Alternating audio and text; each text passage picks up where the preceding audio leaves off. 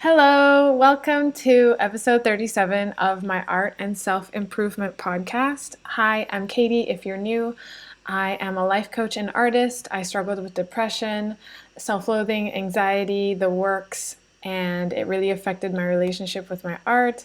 And this is my weekly update on what I'm doing to create a better life for myself. Okay, we are going to talk about the topic of the rush to success, which I'm sure a lot of people can relate to this. Oh, and if you would like some help with these concepts and you'd like to know what it would be like to work with me, I do free breakthrough calls, which you can check in the description below. All right, let's get into it. As you know, I'm on this mission to really become the kind of artist that is obsessed with creating art. The last 3 podcast episodes is a bit of a series on this topic. I realize that I'm getting super excited about drawing and painting, and I feel ready to jump into that ball pit, but I'm still not quite painting and drawing as much as I want to. And I realize it's because I hadn't been giving myself enough time or any time really to actually draw and paint that much. And it really brought my attention to how I've been doing my schedule in general. Just day to day, I find myself getting overwhelmed pretty easily. There's so much that I want to do. There's so much that I feel like I have to do. And have you felt this way too? I remember feeling this way a lot when I graduated school, art school. Like, what kind of artist should I be? I was studying to be a concept artist for video games and visual development as well. And it felt like, at least as a concept artist, you had to be able to draw everything. Creatures, cars, environments, characters, props. It felt like you also needed a degree in engineering and fashion design and architecture. I would just get really overwhelmed thinking about what I needed to work on. And whenever a job posting came up, I would scramble to adjust my portfolio to have more characters or more creatures or more environments so that it would fit that description of the job.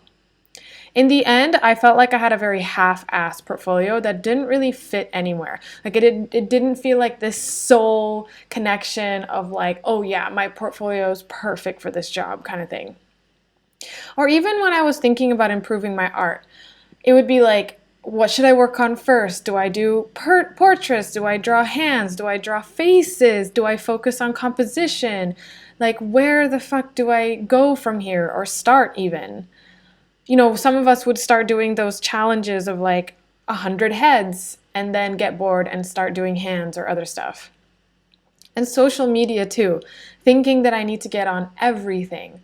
Like I'm on Instagram and then I hear something about Facebook and how much traffic there is on Facebook, and I would just immediately feel overwhelmed and dejected and thinking that I'm a mess, that I'm not doing this right, I'm not on all of it, which would only overwhelm me more, right? A lot of this is coming from a rush to success. I wanted a job so badly. I wanted to prove that I was a real artist so badly, that I was hireable. Anytime you've got a rush to success kind of feeling, it means you're tying your worth to the outcome. And that's never fun. And for me, that created a portfolio that I felt was not the best that it really could be. So this might not be true for everyone. If you're making gigantic leaps doing it all at once, then disregard this message. But if you're not, you need to develop the skills that I'm about to talk about. Simplify, constrain, focus. Simplify, constrain, focus. Simplify, constrain, focus. Overwhelm is a lie, okay? When your brain wants to get overwhelmed, it's under this notion that we have to do everything right now and we can't figure it out. We can't handle it, which is absolutely never true. Nothing is actually overwhelming. You're not going to die if you don't learn to draw people, places, and things without reference all right now. If you don't know how to draw something, that is not overwhelming. Don't let your brain lie to you. There are baby steps to take. There are solutions if you let yourself think for a second instead of freaking out. Overwhelm is indulgent. It's a lot safer to be overwhelmed than it is to problem solve and then take action. I've recommended the book before called The One Thing in the past. It's great. Such a simple and awesome way to think about productivity. It's actually very relieving to read because the gist of the book is about how actually we don't need to do a ton of things in order to reach our goals. That actually there is just one thing that we do out of everything that we do that gives us the most results. And when people and artists find that one thing and just go all in on that one thing, you reach your goals really fast. So I've been thinking, if becoming this obsessed artist is a priority of mine, what is the one thing I need to do every single day in order to achieve this goal for me? For me, that's giving myself a significant chunk of time every single day to create personal art and not feeling rushed so that I can really give myself this time to explore and dedicate to falling in love with my work. In The Big Leap, the author talks about how we order the things we do in our day by our priorities. We sometimes say something is a priority in our life, but then if we look at the first things we do in a day, it might not reflect that.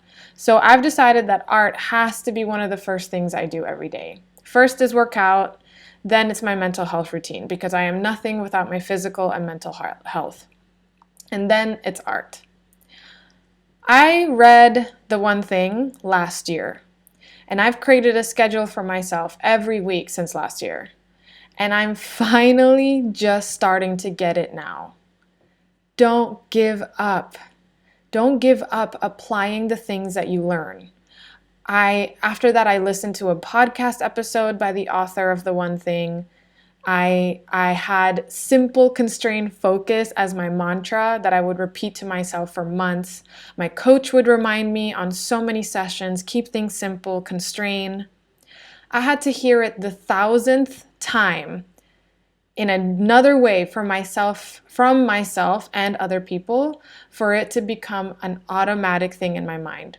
Consume, apply. Consume, apply. Hear the same concepts in different ways. You're not always going to be completely a different person immediately after you learn something new.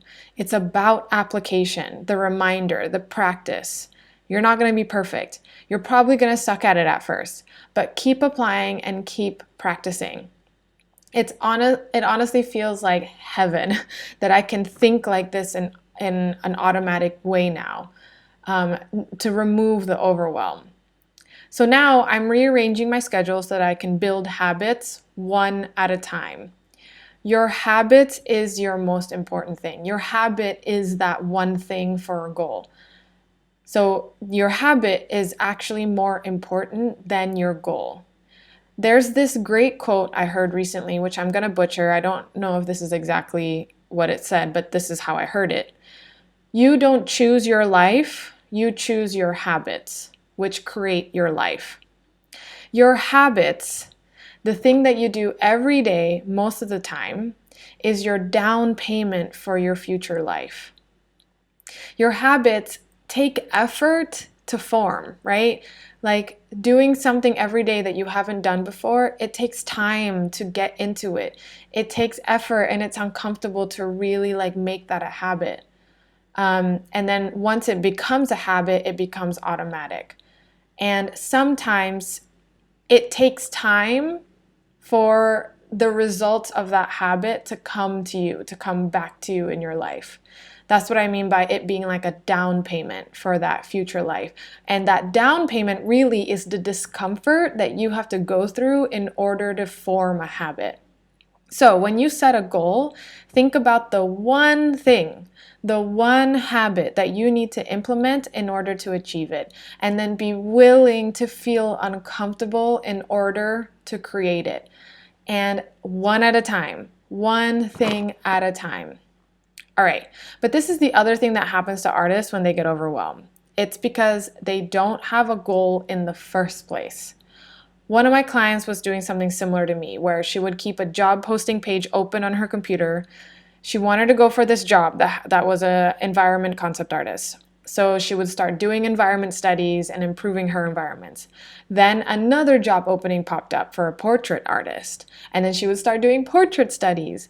And as you can guess, she wasn't getting any jobs. Pick one thing. Pick an end goal. If you want to be a character designer, learning to master environments is probably not that important right now. You could do it for fun to change things up once in a while, but you know what your priorities are. It's probably going to be figure drawing, expression, story, and so on. So don't get overwhelmed. This same client really struggled to pick one thing though. I was helping her try and find the one thing to go for, and I get it. I totally understand her. I was there too, and it's because of this rush to success. Both of us, we wanted to jump at any job. We just wanted a job so badly because getting a job in art meant that we're worthy. And so then we didn't want to miss out on any opportunity to get our worth, right? One of my acquaintances from art school, he didn't get any jobs when he first graduated school. He wanted to be a 3D artist. So he got a quote unquote normal job. He lives with his parents, and right now he's fully focused on being a 3D vehicle artist. I saw his portfolio recently, I think about a year ago, and damn, like holy shit, his work is so good, like real good. At the time that I saw it, he was still building it, like he wanted to add a few more vehicles, and he hasn't gotten a job yet. But dude, once a video game company is looking for someone that will create incredible vehicles, and there will be, this guy has got it. He's totally got the job. His portfolio is tailored and absolutely perfect.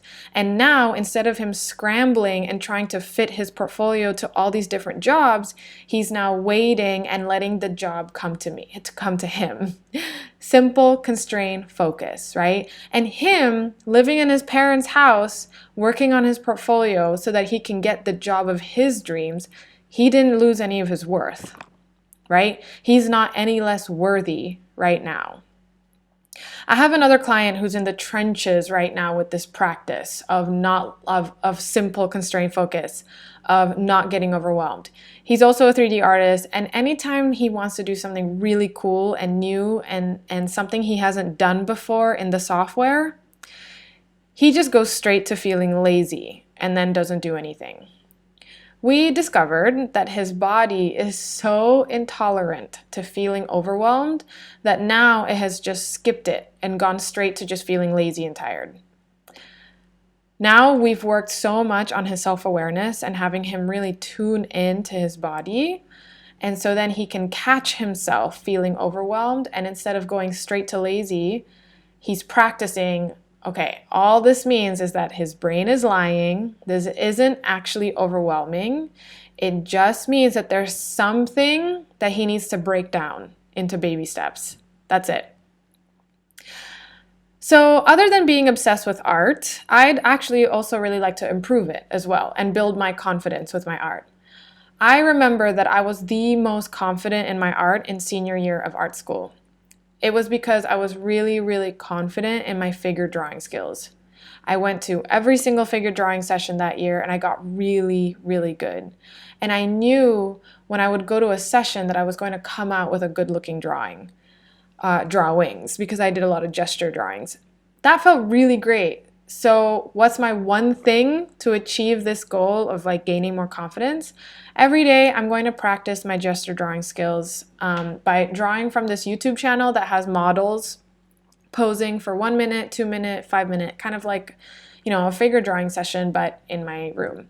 So check out Croquis Cafe, but there's tons of, model videos if you want to do this too. I'm thinking of sharing my best figure every day on Insta stories. They're gonna suck, but it's okay. And I might share my worst at that session too.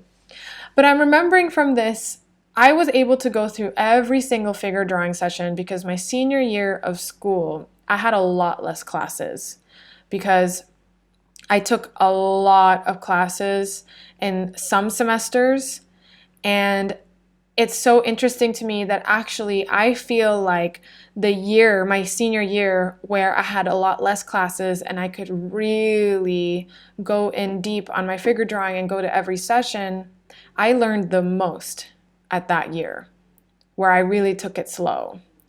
And in the year, I'm thinking of this one painful semester where I took one more class than like recommended. I took one more class than it was recommended, and I was dying. I mean, I was working ridiculous hours. I didn't feel like I was learning much at all. It really felt like I was just getting work out and just trying my best to meet deadlines.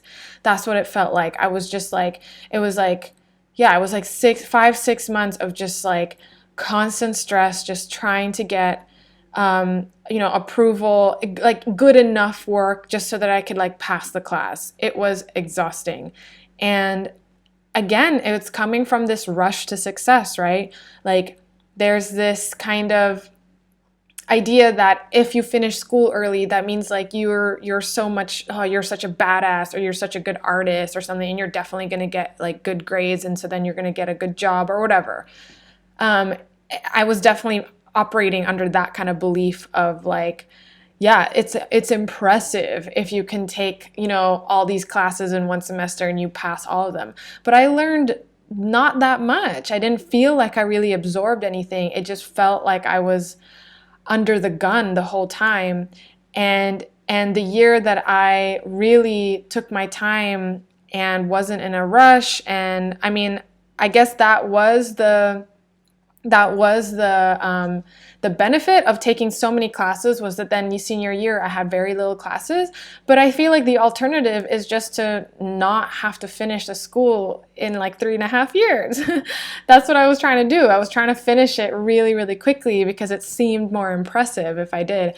If it takes me 6 years to finish art school and then I really absorbed and learned a lot during those 6 years, I would 100% redo art school in that way, personally. So yes, build one habit at a time. There is no rush to success. So I've let go of all the guilt and shame around not being active on Facebook and not doing all these other things right now. I'm going to do things one at a time. And when I think about it like that, I suddenly feel like I have so much more energy and I can get a lot of things done, strangely. I'll get, a groove on the things that I'm building right now, on the things that I think are going to make the biggest difference right now. And then when I feel like that habit's like kind of fully formed, and I'm doing good there, then I'm going to move on to the next thing. Maybe after I feel good around figure drawing, I'd like to improve my color and lighting. And I'll think about what the one thing I need to do every day to improve that at some point. So what you do every single day is what you get good at, whether it's drawing or thoughts. So what you're saying to yourself every single day is what you're going to be getting better at every day. So if you keep calling yourself a failure, it's just because you're good at it. It's not actually true. But if you're repeating to yourself over and over again, simple constraint focus, that's going to become a new habit. That's what thoughts are. Thoughts are just habits. Doesn't mean anything about who you are.